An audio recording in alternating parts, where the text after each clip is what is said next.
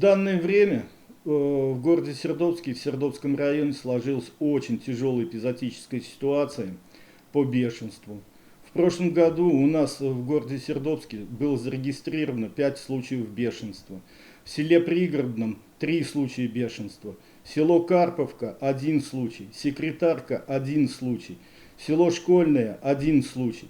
Бешенство имеет такое большое распространение, то что все больные животные, которые заболели бешенством, они со стопроцентным летальным исходом, они умрут.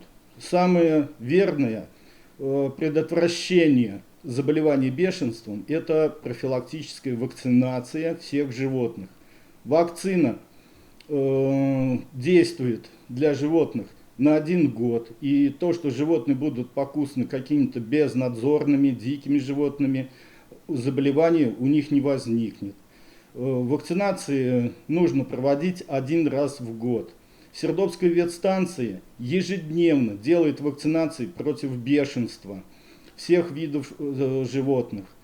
И из-за такой сложившейся тяжелой обстановки специалисты Сердобской ветстанции будут выезжать в микрорайон Ясенки, микрорайон Березки, согласно графику. Убедительная просьба всех владельцев, которые имеют животных, отнестись к этой ситуации нормально.